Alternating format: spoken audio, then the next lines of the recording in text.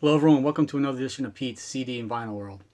Today I'm going to be tackling something that I've been procrastinating with but planned on doing for a while, and that is ranking the studio albums of Cheap Trick. So they have 18 studio albums and we're going to rank them from worst to best. Of course, this is my opinion. I've been a big Cheap Trick fan probably since the early 80s or so. And I've followed them ever since, pretty heavily since the late 80s, I would say. So, I know Cheap Trick is a very popular band on the VC, and hopefully you'll give me your opinions and maybe your top 5 or top 10 albums of theirs. But I'm going to show all CDs today. Since I have their whole catalog on CD, I only have maybe half of their stuff on vinyl, so it'd be easier just to show all CDs. So right off the bat, I'm going to show the worst album in their catalog, which I think most Cheap Trick fans would agree is their worst. It's called The Doctor. It came out in 1986. Heavily overproduced, a lot of keyboards. The first album with a lot of outside songwriters. I'm guessing since their last couple albums before this weren't that popular, the record company pretty much made them use outside writers and producers. Pretty terrible album overall. Even if you strip away all the production and keyboards, the songs are just not that good. It's Only Love was the first single. I remember the video coming out for that. Thought it was pretty good. For some reason, I didn't pick this up until a few years later, and was pretty shocked at how bad it was.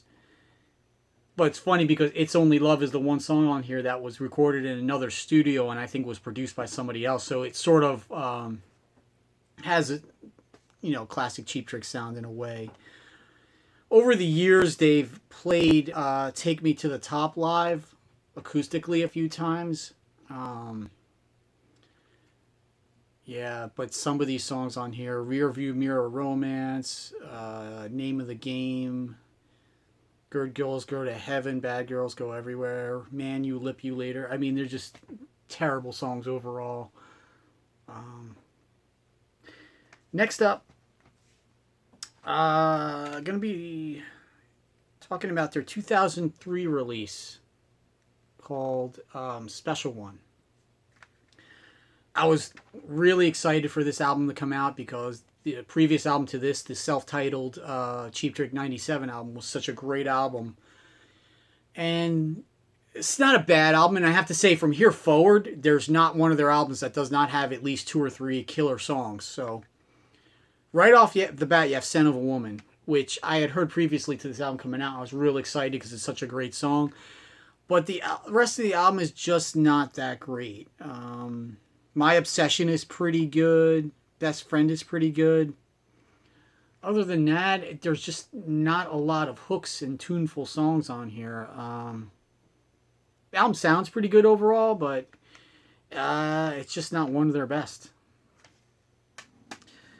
Next up, kind of a fan favorite over the years because of a couple of songs, but it's not highly ranked to me. This is 1985 Standing on the Edge.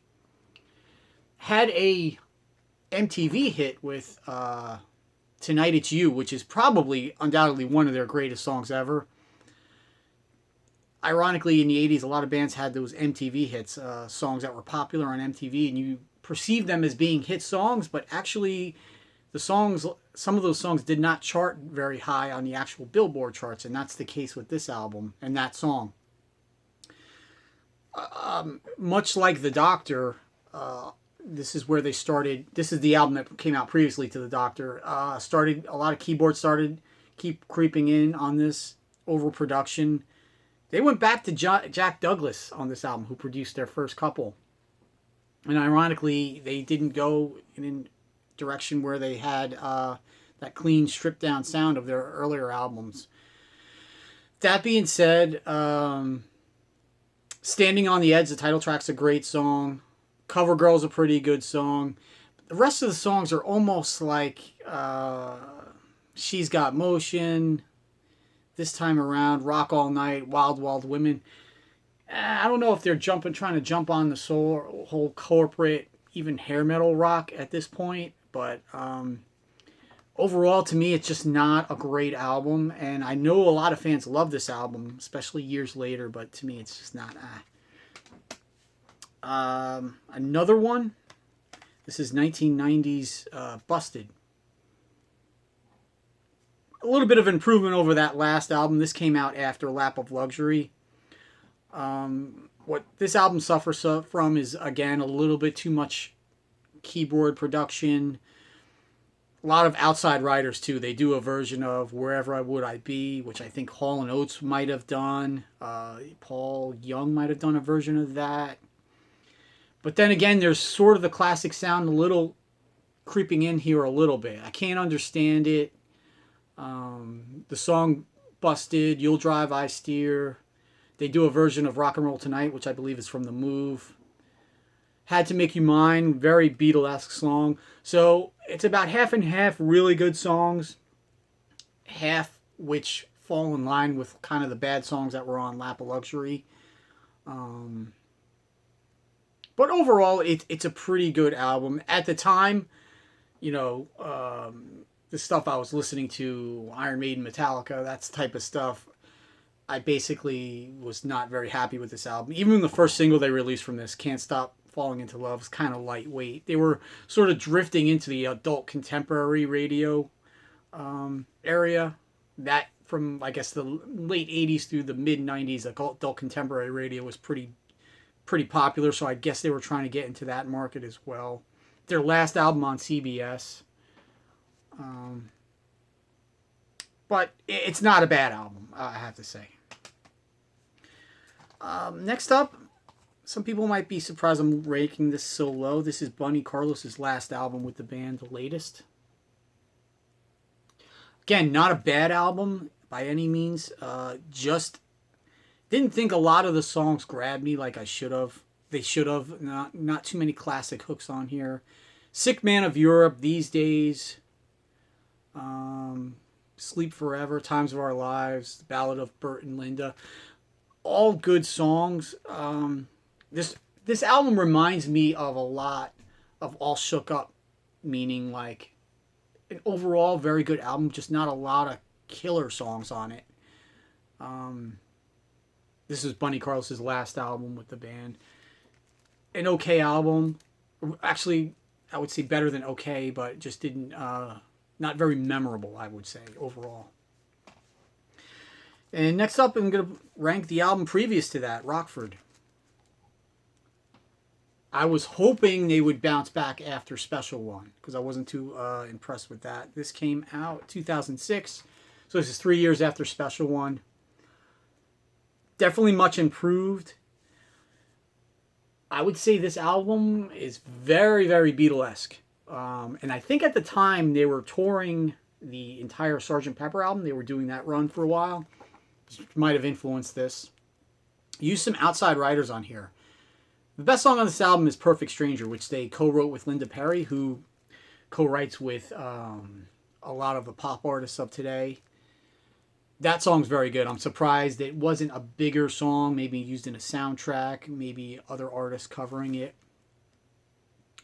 Perfect Stranger, If It Takes a Lifetime, Every Night and Every Day, Dream the Night Away, all those years. Good, solid album. Again, I think what Cheap Trick suffers from a lot in his career is maybe putting out too many albums. They could have made a great album out of these two. But I guess what happens a lot of these legacy bands is it seems that they have a new record company for every album they put out. These record companies must be just offering them a big fee up front to do an album, so they just do it to get out of the way. But I think Cheap Trick suffers from, in the last, say, 20 years, putting out just too many albums. I don't think legacy bands need to put out more than 2 albums in 10 years, especially in this day and age. The general public doesn't care about it, and even a lot of their hardcore fans, it's just too much music sometimes. Anyway, back to the list. So, next one I'm going to rank, again, another fan favorite, but to me, the Some of the bad outweighs the good on this, and that's Next Position Please from 1983. Again, some of their all-time classics on here. I Can't Take It, Borderline, Heaven's Falling, the title track, Invaders of the Heart, Don't Make Our Love a Crime. So for all those great songs, you have some kind of like pretty cheesy ones. Younger Girls, a cover of Dancing the Night Away, You Talk Too Much, You Say Jump, Why Oh Why Oh Why, Won't Take No for an Answer. They're just okay. This album was produced by Todd Rundgren. The guitars have an odd sound to it on this album. Almost every song, it sounds like the guitars are doubled by a 12-string electric, which gives it a unique sound, I have to say. Sort of an anomaly in their whole catalog because it doesn't sound like any of their other albums. Pretty good overall album, but I wouldn't say it's as great as some of their fans would say it is nowadays. I also love that guitar he debuted, I think, around this time, nicknamed Uncle Dick. Again, good album. A lot of these albums are worth getting because you can't get these tracks on any other compilations or anything, so you kind of have to get their whole catalog. Next up, they're sort of their comeback album, Lack the Luxury. This was the album that Tom Peterson returned on. He had left the band from 1980 to 1988. He did play on All Shook Up, though. But this was right after The Doctor, so there's still a little bit of the keyboards and overproduction lingering, and some outside writers. But the quality of songs are definitely much better. Produced by Richie Zito. Let Go's a great song. No Mercy's pretty good. Had their number one hit, The Flame, on here, which is outside writers, which they weren't happy with. But then there's sort of that glimpse of the old Tree Trick on some of these songs. Never Had a Lot to Lose. They did a cover of Don't Be Cruel, which I believe was a top 10 hit. Ghost Town's another great ballad. Almost as good as The Flame. All Wound Up is a throwback to their classic sound. So it was, you have to think in terms of being in 1988, you know, this sounded like a classic album coming out in 1988. When you listen to it now, it's kind of dated in a way, but a lot of these songs have some nostalgia for me because I would say this is the time that I really got into them. I had always followed them before that, but this is, from this point on, I became sort of a mega fan. They also did a concert. I think it's on YouTube now. I probably have it on VHS or whatever, but they did a concert on MTV Spring Break where they just completely killed it. So you got to check that out from this time period. Next up is I'm going to rank their last studio album called We're All Alright.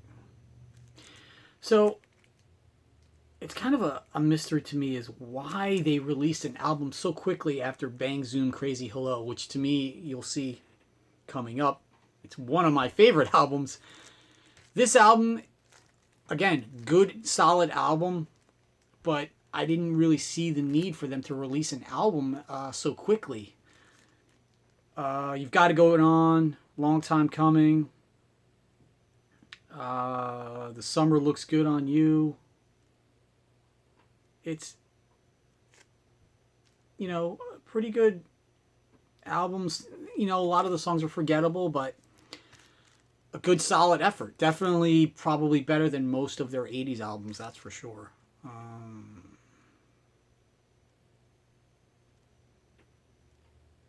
And they sort of there's a song called If You Still Want My Love, which is sort of a takeoff on If You Want My Love. Oh, pretty solid album. Next up, ranking their 1980 album, All Shook Up, produced by George Martin. I'm assuming they had high expectations having George Martin produce it. Good, solid album. One of the more difficult albums to get into. There's some sort of even, you could say, experimental stuff on here, like High Priest of Rhythmic Noise, Lump Comes a Tumbling Down. But it's a good solid album overall. I believe it only went gold at the time, so it wasn't a huge hit. I think their big problem was they went on Saturday Night Live at the time for this album to promote it. They played Baby's Loves to Rock, which I understand, but they played I Love You Honey, But I Hate Your Friends, which is one of the lesser songs on this album. I have no idea why they chose to play that. They should have played Stop This Game. I personally feel it would have been totally catapulted this album into the charts higher. But, you know, there's some classics on here. They open up with Just Got Back a lot, on and off throughout the years. Stop This Game, like I said, a great song. Production-wise, it's very stripped down. It's not a lot, I don't think, that George Martin added.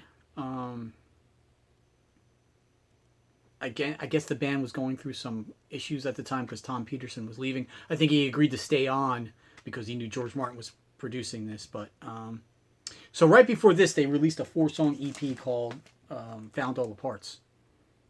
That's now on the remaster, along with Everything Works If You Let It, which is from the Roadie soundtrack, another great song. So if you knew about this but had a hard time finding it, just get the remaster. It's on this. Next up, I'm going to rank another beloved album, their 1997 self-titled debut album. Stripped down, raw. This album's pretty great from top to bottom. I couldn't say there's a weak track on here at all. Really a shame that this album didn't do better, but their record company filed for bankruptcy right after this was released. But still, even as an independent album, I think it sold over 100,000 albums while the company was going through bankruptcy. Fans highly regard this album. And I think this is the album that they've been trying to get back to for the past, 23 years. But, again, highly recommended. Great album. Great performances. That's all you can say. Next album up, one of their kind of divided albums from the fans, but it's one of my favorites, Woke Up With a Monster. So after Busted, this came out in 94, I believe. One of their more heavier albums, produced by Ted Templeman. The first 3 songs alone, My Gang, Woke Up With a Monster, and You're All I Want to Do. Right there alone, even if the rest of the album was total shit, those 3 songs are 3 of their best songs ever, in my opinion. But there's some also great ballads on here. Didn't Know I Had It. Tell Me Everything. They weren't happy with this album, I think, the production-wise, but it's such a great sounding album. But a lot of people think it doesn't sound like Cheap Trick. I would say it's right up there with One on One, and maybe the first album is one of their heaviest. But I've always loved this album. This is the song "You're All I Want to Do" is one of my favorite songs from them. Again, I'm surprised another band or somebody didn't cover that song and have a hit with it. And a lot of people may be surprised I'm ranking this one so high. It's their 2016 album, Bang Zoom Crazy Hello. I personally may even like this more than some of their classic albums, but I couldn't rank it higher than, say, like In Color or one of some of their others. But I can't believe how good this album is. From start to finish, this is just a great album. They're, again, just like Woke Up With a Monster, the first 3 songs, Heart on the Line, No Direction Home, When I Wake Up Tomorrow. Even if the rest of the album was shit, those 3 albums are just killer. Heart on the Line actually was written at the same time as the 97 album. So I guess they chose between My Gang and Heart on the Line, which one. You can listen to the demo on YouTube. And but the rest of the album is pretty good too. Blood Red Lips, Do You Believe Me, Sing My Blues Away. They do a cover of The In Crowd, Long Time No See Ya. And the thing about this album is different than a lot of legacy bands that have been putting albums out in the last 15, 20 years. The album has great production, Julian Raymond, whoever that is, did a great job. And it actually sounds like a real album put out by a real record company. a real album cover. They did a video that looks like a real video. So they put a lot of effort into this. That's why it confused me so much when they came out with this so quickly. You know, they should have put all their eggs in this album and just pushed it, pushed it, and pushed it because it's such a great album. That's all I can say about this. But again, highly recommend it. I mean, you think about legacy bands that sort of lose their mojo after a while, and you know, people only like their first 10, 15 years of that band's catalog. But Cheap Trick is a band that continues to surprise you and come out with great albums every once in a while. And this is one of them. Next up, and I think people might be surprised that I'm ranking this as low as I did, but it's their debut. Again, great classic album. I would say all these albums going forward are their classics, obviously. Hot Love and He's a Whore. Those two songs, if like the previous ones, if the rest of the album was total shit, this would be a classic album. But again, L.O. Kitties, Daddy Should Have Stayed in High School, Taxman, Mr. Thief, Oh Candy, Speak Now or Forever Hold Your Peace, Mandocello, Battle of TV Violence. Every song is killer on here. I don't love it as much as some people say. I don't know if you remember back in the early 90s during the alternative and grunge and punk movement, all these people will come out and say, oh, I loved the first Cheap Trick album, it was so great. You know, if as many people say they bought this album that they say they loved it, this album would have sold like 10 million copies. I don't even think this album was ever even certified gold. So it became a trendy thing in the 90s to say, oh, you love the first Cheap Trick album, but it was just a thing back then. But don't get me wrong, it's a great album. It's not that much heavier than, say, In Color, which a lot of people say is like sort of lightweight. But again, you have to own it because a lot of these tracks are only on this album. And they did remasters of the first 5 albums. I believe first 4 studio albums. They have all these bonus tracks on it. And this one has the studio version of Lookout, which ended up on at Budokan. So. Next up, I'm going to rank In Color. I was going to originally rank this much lower. But then again, how could you when it has every song on here is one of their classics?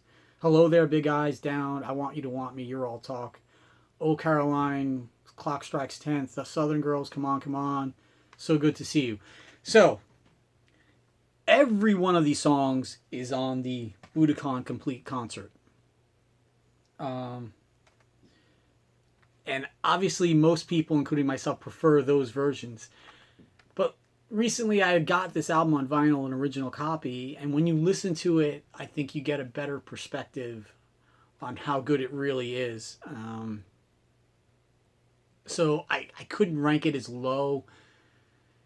It's not an album I listen to a lot because, like I said, I rather just listen to the at Budokan versions. But when you do put this on, it sort of grabs you and you're like, yeah, it's lightweight and they don't sound as heavy as they do in concert, but it's still a great album. Next up is one of my favorites, coming in at number 3, One on One. One of their more heavier albums was produced by Roy Thomas Baker, who did The Cars and Queen. So again, sort of an anomaly in their catalog because it's so different than the rest of their albums. But the song One on One, If You Want My Love, She's Tight, right there, 3 classics. John Brandt, who was their bass player that replaced Tom Peterson, is on the cover, but I think most of the bass was actually played by Rick Nielson before he joined the band. If you remember, between All Shook Up Tour and this album, they had a guy named Pete Comita play bass, and he actually co-wrote those 2 songs that were on the heavy metal soundtrack, Reach Out and I Think I Love You, I think it's called. Great songs, by the way, but for whatever reason it didn't work out with him, and John Brandt joined, and he remained in the band until 1988, until Tom Peterson returned. But sort of a forgotten about album, but it's one of my favorites. Surprising it didn't do better. Again, If You Want My Love and She's Tight, 2 of their more well-known songs. They were huge MTV songs at the time, but I guess they didn't turn out to be charting singles. Next up, For number 2, Dream Police. My number 1 and number 2 could change at any point because I think you can make an awesome double album out of them. Dream Police, Way of the World, House is a Rockin', Gonna Raise Hell.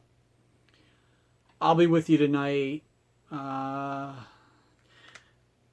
This sits at number 2 for me because it's got one of my least favorite songs from them, Need Your Love. Sort of an endless, boring song, which for some reason has remained in their set the past 20 years. I don't know why. Yeah, it's just one of my least favorite songs from them, but overall the album is just killer. Killer production-wise, songwriting-wise. Can't go wrong. And of course, number 1, Heaven Tonight. To me, this is the perfect Cheap Trick album. From the production, the songs, the performances, the sound of the album, the cover. It's just perfection from start to finish. Surrender. What else can you say? Stiff Competition. Heaven Tonight. Avita Zen. On Top of the World. California Man. One of the great albums of all time. If you own one of their studio albums, I would say pick this one up. So there you have it. Again, I'll do my top 5 real quick. Top 3. Heaven Tonight, Dream Police, and One on One. Those are my top. So, again, what do you think? Is my list crazy? What's your top 5? What's your top 10 Cheap Trick albums? Just wanted to go over real quick. You cannot talk about Cheap Trick without mentioning At Budokan. In fact, it's one of those bands where if you're going to do a rank the studio albums, you might even want to include their live album because it's so great. So this was the original release single album. Has a couple exclusive songs at the time. Lookout and Need Your Love, which hadn't come out yet. And Ain't That a Shame, which is exclusive to this also. Then, in 1995, they released Budokan 2. And this album has the rest of the songs from that concert. And then they released the complete concert. But this album was mixed to sound exactly like this, so it's seamless. But I prefer Budokan 2 because the guitars were mixed so much rawer and louder on here. So I don't know if this is in print anymore, but this is definitely a worthwhile pickup.